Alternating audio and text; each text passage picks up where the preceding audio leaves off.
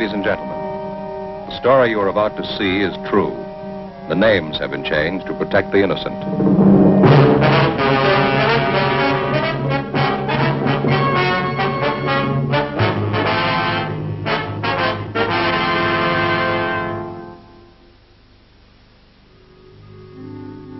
This is the city. Everything in it is one way or the other. There's no middle ground. Narrow alleys. Broad highways. Mansions on the hill. Shacks in the gullies. People who work for a living and people who steal.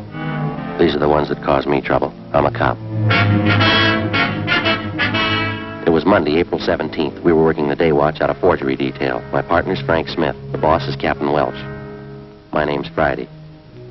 We'd gotten reports of an expert check forger operating again in the city. She'd written more than $20,000 in bad checks. We had to stop her.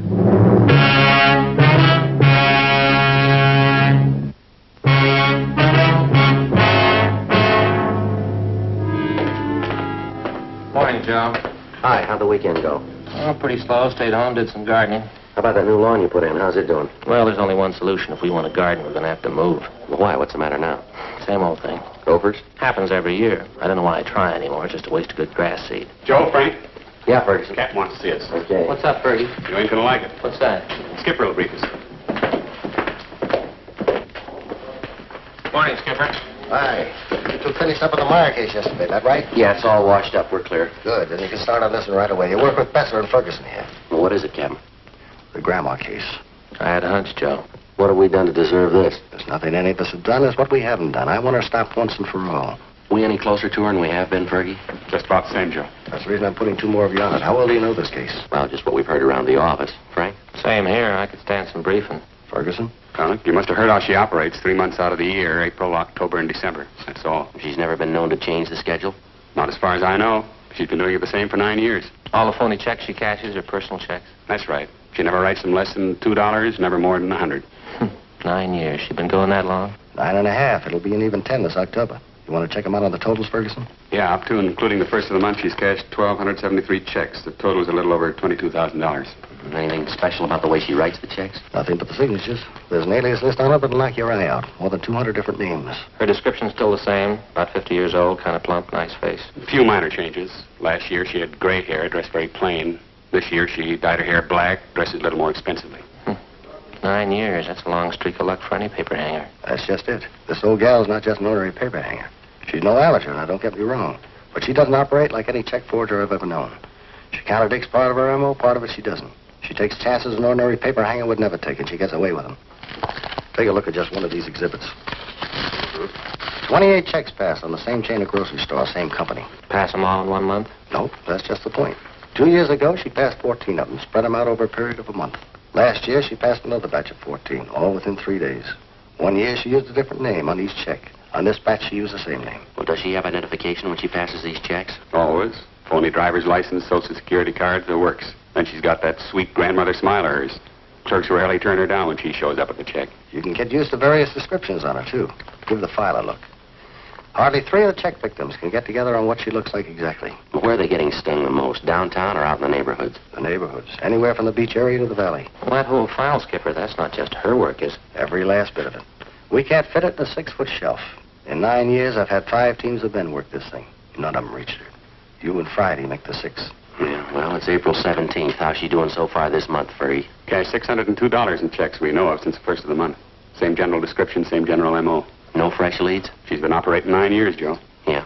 She's just as good as ever.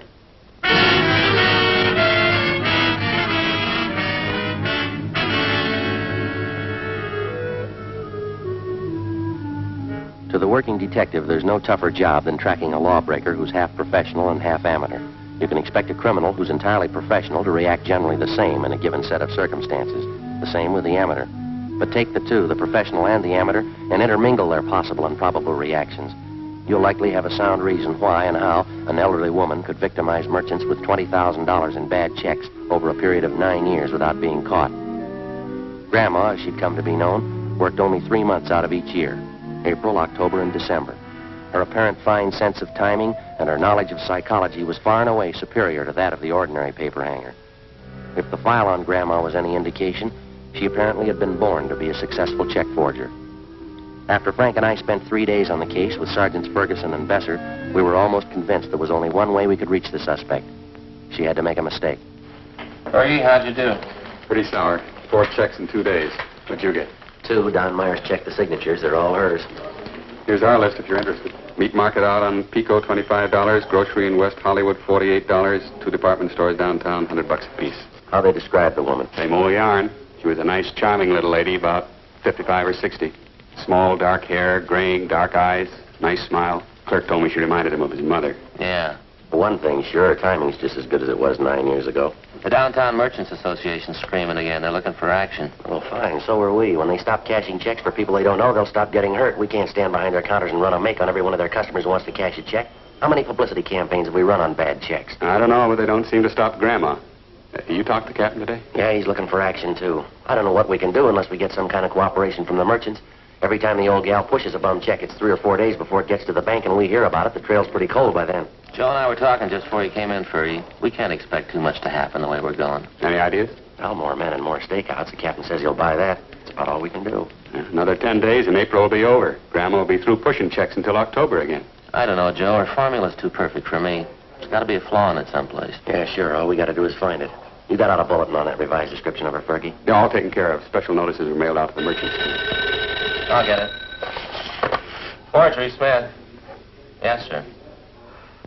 Oh? Yes, sir. We'll be right out. Thanks. Anything? Yeah, a supermarket on North Temple just got hit with 2 checks. Yeah. Clerk says the woman reminded him of his mother.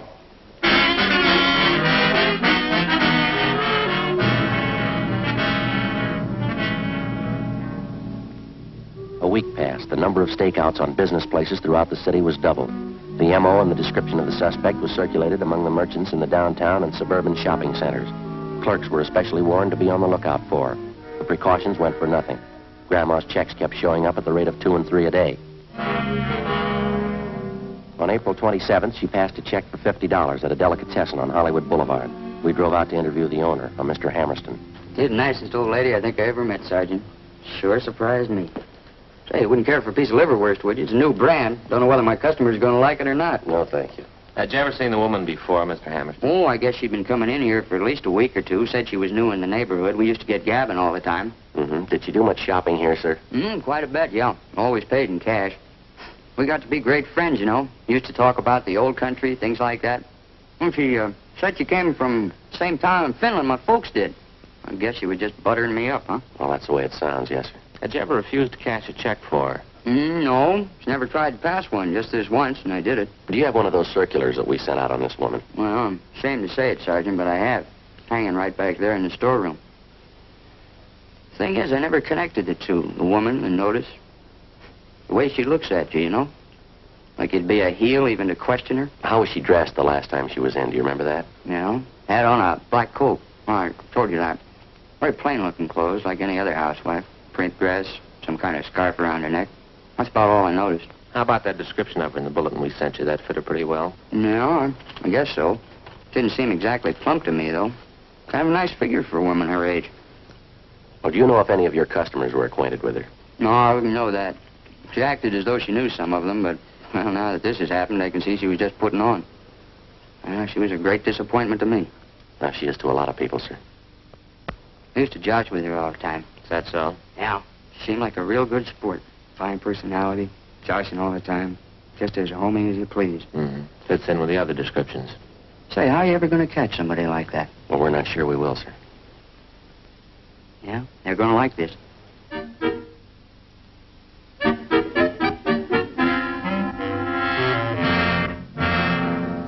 Two days later, on April 30th, right on schedule, the flow of bogus checks in Grandma's handwriting suddenly stopped. If she continued to work by the same timetable she'd been using for the last 9 years, she wouldn't start operations again until the 1st of October. During the next 5 months that followed, from May to the end of September, Besser, Ferguson, Frank, and I handled the usual run of check cases. At the same time, we used up every spare hour we had making preparations for Grandma's next appearance. Every businessman throughout the city who might be a possible victim was alerted. A revised description of the suspect together with her M.O. was printed up and given wide distribution. Every possible precaution was taken. October came. Grandma started on the 10th year of her forgery career without a hitch. On October 1st, she cashed a check for $75 at a large downtown woman's shop. As soon as we got the report, we drove out to the store and went to the department where the check had been received. A fashion show was in progress. We asked to see the manager.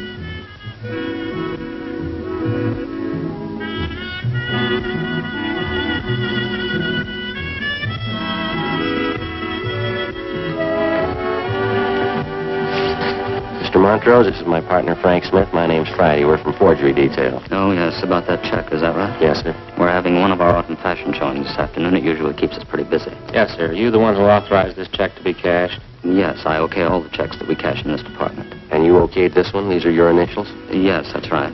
I don't know what I can do for you, gentlemen. The check was passed. Very unfortunate occurrence. The sales girl handled the transaction. She showed me the check. I knew the signature, so I okayed it. Mary Walker? Yes, that's how the check was signed. What kind of identification did the woman have? Her charge account plate. You know, the small metal card? Charger plates, we call them. I recognized that and the signature immediately. You know this Mary Walker pretty well, do you? She's one of our best customers.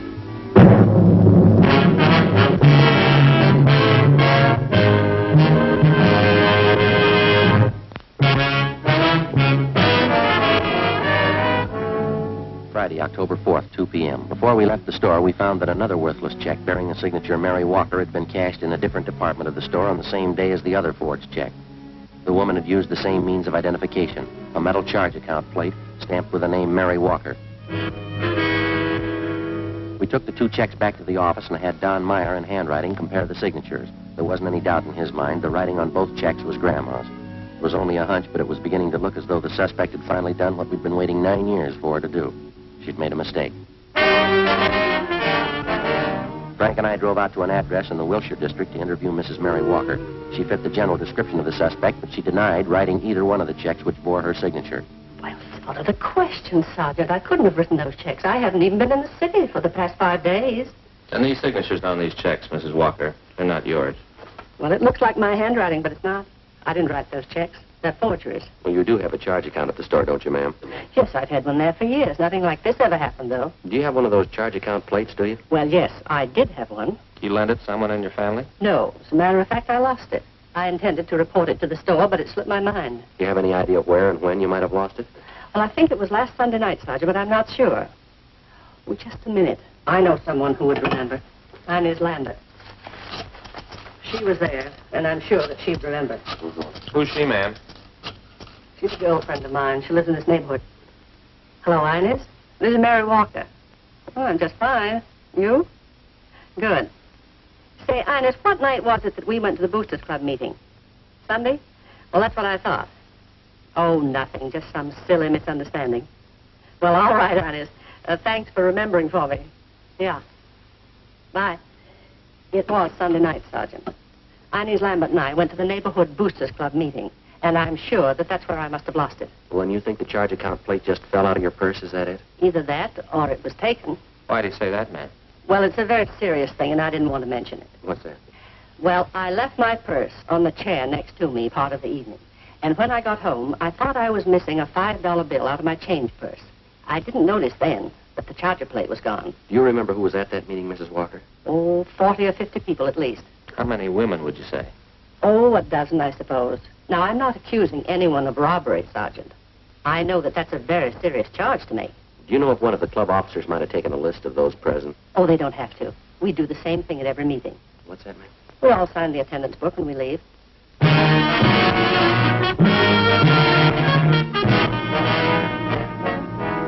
"3 p.m., Frank and I contacted the secretary of the Neighborhood Boosters Club. He gave us a list of those present at the Sunday night meeting of the club. As Mary Walker had told us, each person present had signed his or her name and address in the attendance book. We took the record downtown with us and had Don Meyer compare each signature on the list with samples of Grandma's handwriting. Number 32 on the list, fellas. That's it. Positive make, Don? No doubt in my mind. That's Grandma's handwriting. Let me see how she signed it. Mrs. Inez Lambert. We went down the hall to R&I and had them check the name Inez Lambert through the files. She had no criminal record. Together with Bester and Ferguson, Frank and I spent the next day and a half trailing Inez Lambert wherever she went. She fitted the description of the suspect perfectly. We questioned her friends, her neighbors. We dug back into every corner of her life for the past 10 years. The results were pretty amazing. We found that she was highly respected by everyone she knew. She was active in a dozen civic and church organizations. Her reputation was spotless. There was only one hitch. Mrs. Lambert's hobby was charities. By checking back, we found that during the past 10 years, she donated an average of $3,000 annually to various charitable organizations. Her husband's total annual income was $7,000. From her bank, we obtained specimens of Inez Lambert's handwriting. It matched almost perfectly with every signature in the Grandma file. Monday, October 7th, Frank and I called on Mrs. Lambert. She asked us back to the kitchen. You know, Mary Walker was telling me about you. She told me about missing those things from her purse at the meeting. Is that what you wanted to inquire about? Well, yes, ma'am. We wanted to ask you some other questions besides that. Well, you've sort of caught me at a bad time. I was just getting ready to put some baking in the oven for dinner tonight. Would you mind very much if we talked while I worked? I've got to get this done. No, not at all, ma'am. You go right ahead. Oh, there goes that cream sauce boiling over again. Officers, just take chairs there, would you please? And I'll be right with you in just a minute. Oh, thank you, ma'am. You know, this cream sauce is so temperamental, I can't take my eye off of it for a minute. Yes, ma'am. Either of you officers like a nice cup of hot cocoa? It's kind of chilly out today. Well, no, ma'am. We only have a few questions for you. It won't take very long. I see. Well, I'll just get my eggs beaten up here then. It's crowded here. Would you mind holding that Sure. for me for just half a minute? But anyway, that's fine. Thank you very much. These eggs beaten, you know, we make meringue. You can't make meringue very well without plenty of eggs. Yes, ma'am. What's this going to be? Oh, this is going to be a pinch pie. Did you ever hear of a pinch pie? It's you know, it's a sort of a meringue tart. I'll just beat these up nice and fluffy. Sorry, I'll take it, please. Sergeant, would you mind handing me that cup of sugar right back up here, or some sugar, and I'll put it right in the Yes, cup ma'am. here. There's a cup here. Do you This is a whole pack. No, well, either one. It's all right. Thank you very much. Just pour a little. That's enough. Thanks very much. Make it rather nice. There we are. Beat these all up nice and fluffy.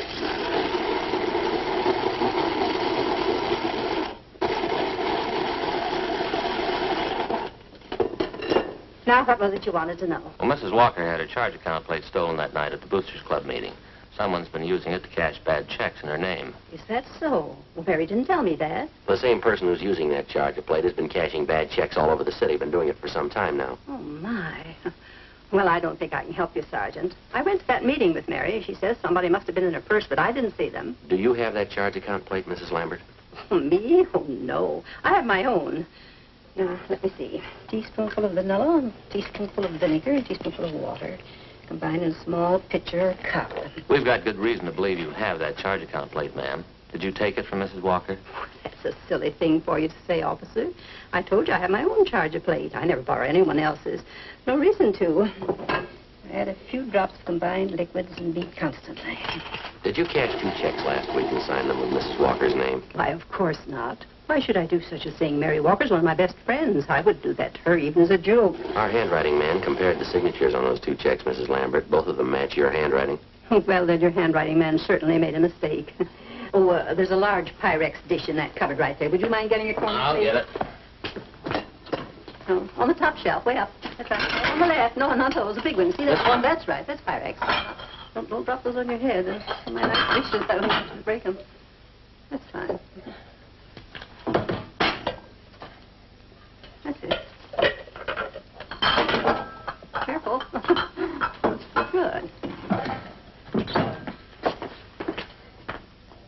I think it's... You deny you wrote those 2 forged checks last week? You deny you've written and cashed about 1,500 worthless checks in the last 9 years? Why, of course I deny it. You sure you haven't made a mistake? We're sure, ma'am. Sorry, you'll have to come downtown with us for questioning. What's that? Oh, my cream sauce is boiling over again, Sergeant. Oh, I can't leave the house now, right in the middle of getting dinner ready. My husband would be furious. If you want to talk, couldn't we do it later on? Sorry, afraid not. But you certainly can't accuse me of doing anything wrong. Folks at church will vouch for me. We've got just as many people who say you cheated them. The same people who cashed those checks for you. Quite a few of them, ma'am. 9 years worth. But that's silly. 9 years and cashing checks. I'm sure you must mean somebody else, Sergeant. Well, I've got to get this platter greased. Now, let me see. Heat meringue upon lightly greased platter. Yes, that's right. We don't mean anyone else, ma'am. You'll have to come along with us, Mrs. Lambert. But you can't prove a thing. You can't prove anything about me. We've got a record downtown on every single check you passed since you started. We've got specimens of your handwriting and people to identify you. We know what your income is. We know how much you've given to charities. My donations to charity are my business. You've no right to upset me like this. How many average families give half their income to charity? Can you answer that for us, Miss Lambert? But that's my business. It's none of yours. I certainly have a right to give what I please. The money's got to come from someplace, ma'am. Is that what the checks were for? All right, we're going to lay it out for you, ma'am. We have all the evidence against you that we need. Witnesses, too. We don't know why you've been cashing these checks, but we do know that you have been. Now, I think it'll work out better for everybody concerned if you tell us the truth. I do hope I put enough vanilla in that. Would you like to tell us about it?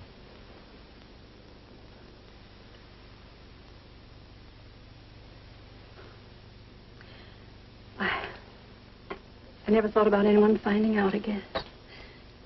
I guess I should have expected it, shouldn't I? Yes, ma'am. It'll be terrible, I know. He'll never understand. Who's that? Albert, my husband. He'll never understand. Would either of you like a cup of coffee? No, thank you, ma'am. The money wasn't for me, you know. Not $1 of it. I can prove that for you. Yes, ma'am. It was all for charity. There were so many of them. Orphanages and old people's homes and the Christmas Poor Fund. And then the overseas relief charities. Well, they all needed money. Somebody has to take care of them. Your husband didn't know anything about this for 10 years, ma'am? Nothing at all. They were my charities. I had to have money for them. I took the money from people who had it and gave it to those who didn't. What do you think, Sergeant? What's that? Was I wrong? Do you think the good Lord will say I was wrong? Well, I wouldn't know, ma'am. I only wanted to help the poor. He did. He came to help the poor. Well, there's a big difference, ma'am. Yes? He didn't use a checkbook.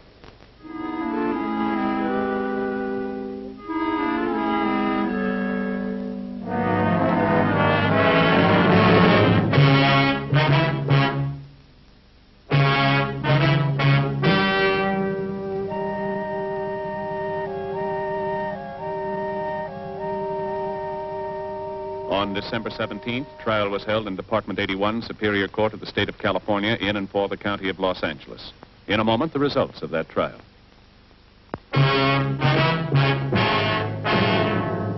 The suspect entered a plea of guilty to 2 counts of forgery, and the remaining charges were set off the calendar. She received the sentence as prescribed by law. Forgery is punishable by imprisonment in the state penitentiary for not less than 1 nor more than 14 years.